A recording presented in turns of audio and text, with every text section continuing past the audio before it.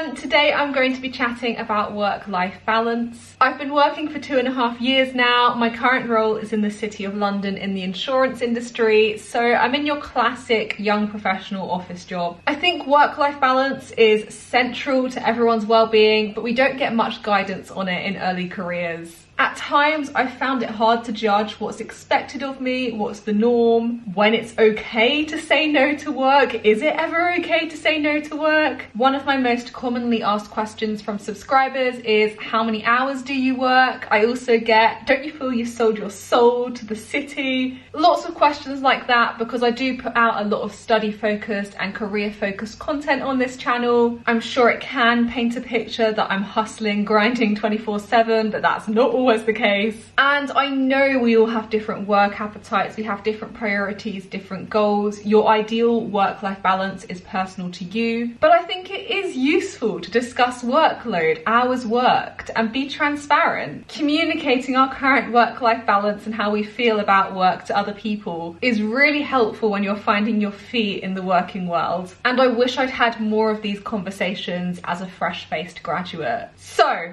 I've conducted some research via polls on my Instagram story, basically asking my followers about their existing work-life balance and their views on it. I'm going to use these poll responses to structure the video and also chip in with some of my own experiences and lessons learned. I actually got around 2,500 responses, which gives us a very healthy amount of data to analyse, so thank you so much to everyone who contributed. And before we get into it, I'd like to thank Lark for sponsoring this video. They've kindly sent me this water bottle to try out, and it's come at the best time. As many of you already know, I have a lengthy commute into the office, and it does include physical activity. I have to cycle to the station, so a water bottle is an essential, especially in summer. This is the Lark bottle Pure Viz in mint green, and it's a self-cleaning water bottle. Yes, you heard me correctly, with a built-in water purification system. It uses Pure Viz UVC LED technology to eliminate 99% of biocontaminants in your water and bottle. Every 1 or 2 months you have to charge up the cap of the water bottle. You can press the button on top.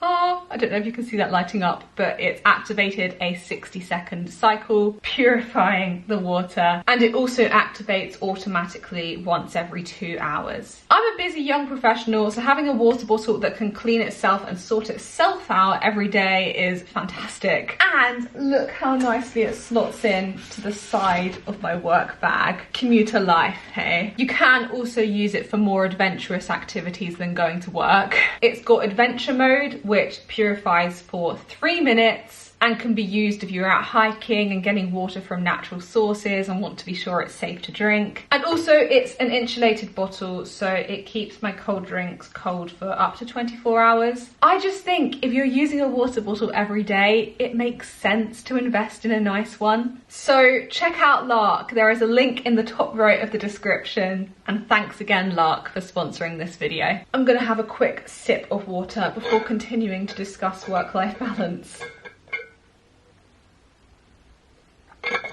To put the poll responses into context, 89% of my followers are between the ages of 18 and 24, and 75% are female. If you disagree with anything I say in this video or missed the polls and want to get involved in the discussion, please do comment below in the comment section. I'd love to hear everyone's thoughts. So the first question I asked was, how long is your typical working day? With 4 options: 7 hours or less, 8 or 9 hours, 10 or 11 hours, or 12 hours or more. In full-time jobs, typically you're contracted 9 till 5, a 7-hour day with a 1-hour lunch break. But the majority of people say they work 8 or 9 hours per day. So most people are working over their contracted hours, and I find that quite reassuring because I'm definitely in that position. I probably average 8 hours per day now, whereas in my previous job it was closer to 9. But for me, the key word here is typical. In consulting, the workload can fluctuate massively. Last Friday, I was on a call with a colleague bashing out a client deliverable until 10 p.m. And I'd started at 9 a.m. in the morning, and I don't think I took a lunch break that day either. In general, I've had a handful of days, maybe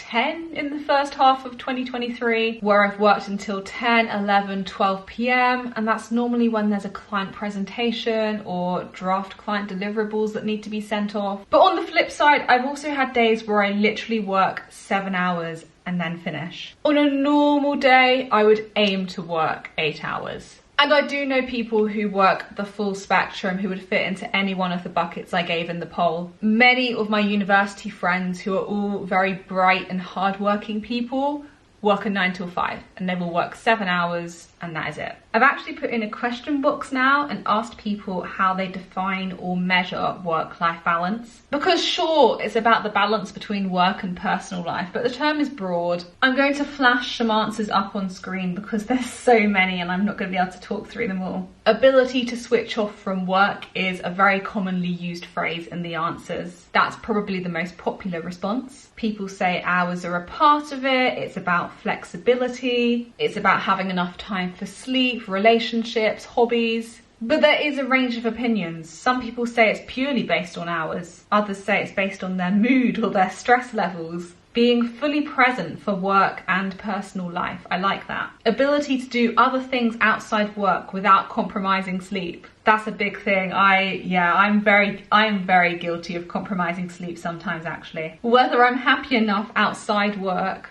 and not dreaming of my project. As I've said before, I have had dreams about spreadsheets and it's not fun. Being able to set down work completely in my free time. When I'm off, I'm off. And I think I agree with that, you know? I have a habit of thinking about it in terms of hours worked and often forget the hours lived side of it. The time spent not working, which is an equally important part of the work-life balance equation. In terms of switching off, I'm definitely guilty of thinking about work outside of working hours. I'm sure everyone does to some extent. But for the most part, it doesn't cause me stress and it doesn't cut into my other priorities. So I don't mind it. I'm finding some of the work quite interesting, intellectually challenging, but I also like to think that if I wanted to, I could switch off. And I fully intend on switching off next week. I've got a week of annual leave booked and I don't want to think about anything apart from the sun and swimming and reading my book. The next question I asked was, are you content with your existing work-life balance? And let's define content as not wanting to change it. And what's interesting here is it's almost a 50-50 split. I wonder how many of the 52% who said no are actively trying to change their work-life balance, or if actually a suboptimal work-life balance is a sacrifice they've willingly made in favour of other goals and priorities. And we'll dig into that a little bit more later in this video. But my personal answer to this question is probably yes. I am content with my current work-life balance. As I said, I probably am working less hours than I was this time last year, but I also check my email and my Teams messages a lot more frequently than I was doing last year. I've got Outlook and Teams on my phone now, so maybe I'm switching off from work a little less than I used to. Next question is a choose the statement you agree with most. My work-life balance is dictated by option 1, my own personal decisions. Option 2, the company I work for. Option 3, the industry I work in. I recognise that there are overlaps between these categories. It is your personal decision to take a job at a company in a particular industry, so you could argue that it can all be traced back to the individual. But what I'm trying to get at with this question is how much autonomy do you get in your current role over your work-life balance? When you work longer hours, is that optional? Is that a choice? Or is it enforced and expected? And if it's enforced, who's enforcing it? We have a fairly even split in votes, although personal decisions just edges it. I guess to give some classic examples here, investment banking and management consulting are both examples of industries where pretty much every company expects you to work long hours. or that's the stereotype at least. The industry expects people working in it to sacrifice their personal time and to hustle hard, and they get compensated very nicely for it, big salary, so it ain't all that bad. Some people see that as a fair trade-off. But then in other industries, I feel it varies by company a little bit more as to what the culture is surrounding working hours, how that links to your progression prospects. I think my industry/profession, so insurance and actuarial work, is an example of work-life balance being dictated by the company you work for. I met someone at a tutorial 2 days ago who does very similar work to me, is taking the same exams as me, and she says she's never worked past 5 o'clock ever. And that's a difference between her company and my company. Next question, did you have work-life balance in mind when choosing a job? Option 1, it was my top priority. Option 2, I considered it. And option 3, it played no part. Majority considered it. I think I probably considered it at a high level when choosing my grad job. In terms of, I knew that personally, I didn't want the 70 hours per week city job fueled by caffeine. And so I'm sure at some point I did a Google search of how many hours do actuaries work. But I didn't think too hard about the culture of the specific companies I was applying to, which in hindsight, I also think is important. 22% of people say it was their top priority, and I respect that, you know. Young professional life is as much about self-development as it is about career development. And prioritizing hobbies and relationships is a very fair thing to do. And prioritizing having that time for hobbies and relationships is a very, very reasonable thing to do. Recognizing that some of us have actively chosen to sacrifice work-life balance. If you choose to work long hours, why? Option 1, career progression prospects. Option 2, passion for the work. Option 3, large workload. Or option 4, pay. There are obviously many other possible reasons. I tried to choose 4 big ones that I thought might resonate with people. Again, the votes are pretty split here, which makes it interesting. So thank you people for having varied opinions. The third option, large workload, does win though at 40% of the vote. I think this would also be my answer. If it wasn't for my large workload, I would finish at 5 every day and not feel at all guilty for it. But realistically, the work I'm given, the projects I'm on, do not fit into a 9 till 5.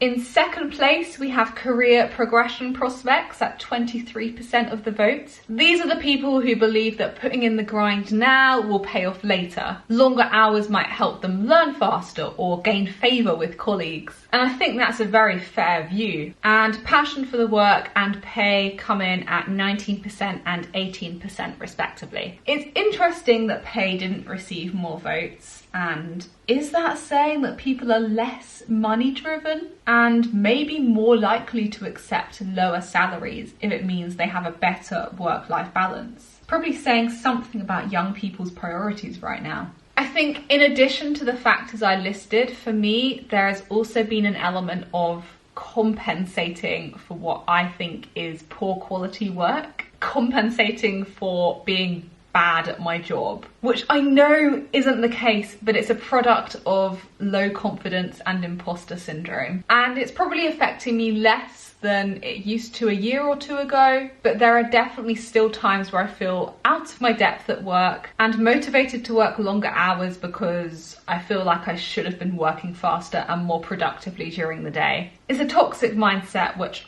I'm trying to get away from. And then there's also the idea of not wanting to let people down or being a team player. In the first year of my graduate job in particular, I was working until 10 p.m, 11 p.m, quite a lot during January and February, which was our busy season. And that was often because I'd got to know more senior colleagues, I'd often be supporting them on projects. And I knew that if I didn't work late when we had a really tight deadline, then they would be up until 1, 2 o'clock in the morning working. And if I helped them out, then maybe we could both finish by 11. Obviously, it's never nice to be in that position in the first place, but it is a feature of many consulting jobs. And finally, I put in a question box asking people for any other thoughts, opinions, or tips they have on work-life balance. We had lots of cool responses to this, so I'll try flash some up on screen and read through them. Someone has a department well-being group that helps.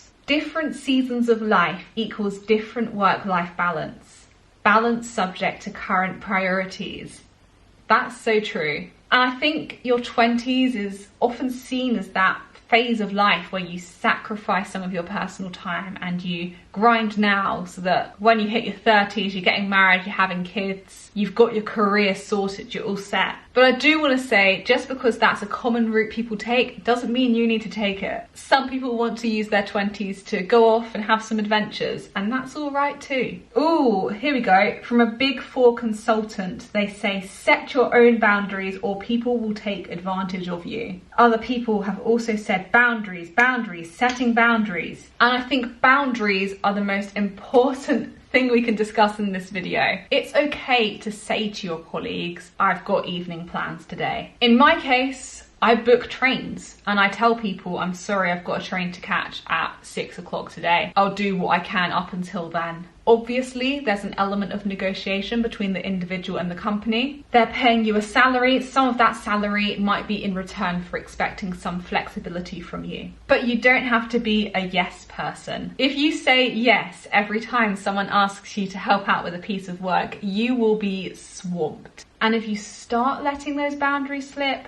people come to expect from you that you're going to do the same in the future. Someone says here, never underestimate breaks. Your body and mind need them. And it's so true. Overworking yourself, burning yourself out is also not a great way to progress in your job. And there's just general comments from people saying that work-life balance is hard. There's always so much work to be doing. And I really agree with that. People say, get into a routine, set boundaries, factor in your commuting time. But if you've got people at work who are asking for your help with something, in a sticky situation, working tight to a deadline, it's really hard to say no to that. Someone's commented that actually maybe it's all right if your work-life balance isn't great for a period of time and you still feel in control and sane while you're working through that period, because you know at the end you're going to have a more chill time. And that's the point. It fluctuates.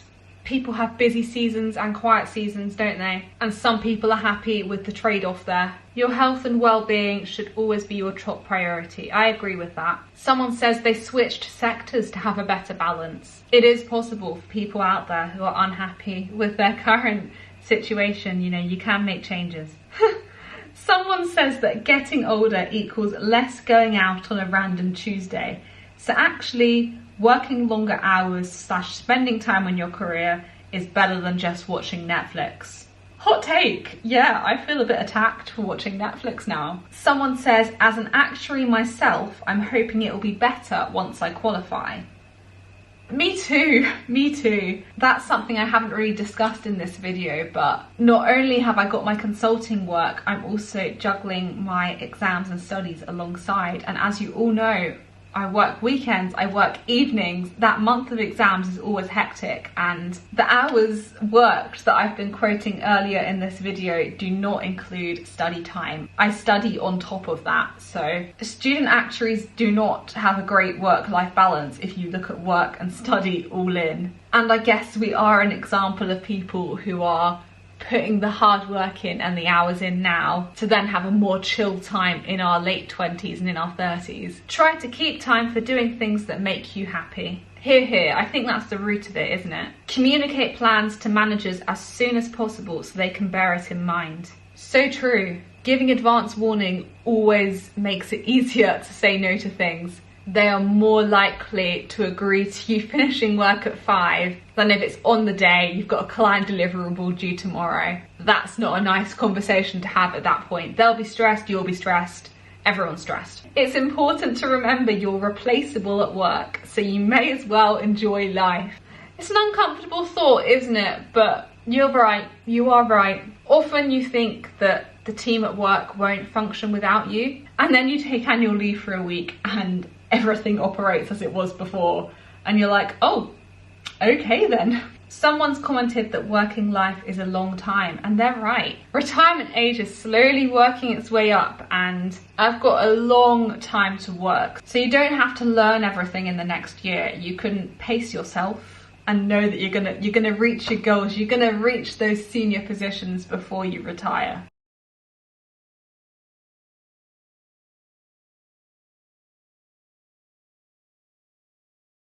I think my final comment is, if you do choose to work fewer hours, that doesn't make you a lazy person. It is perfectly reasonable to want to prioritize your friends, family, your social activities. And it's also probably preferable to work shorter, more productive hours than longer, less productive ones. Having that discipline and being able to separate your work and your life and giving each one your full focus when you're in that allotted time is a skill and what we should be aiming for. So yeah, conclusion is, respect your own priorities, speak up where necessary. Don't ever feel guilty for setting boundaries or taking time off. Support your colleagues, guide each other, and honestly, my top tip is making evening plans. That is the best way you can set boundaries. If you're worried you're not disciplined enough to finish work at a set time, let the evening plans do it for you.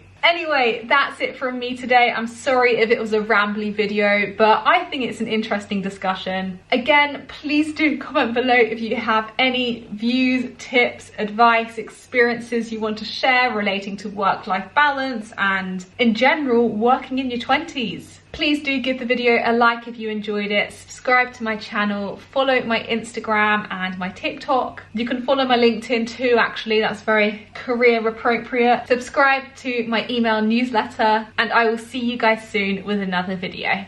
Bye!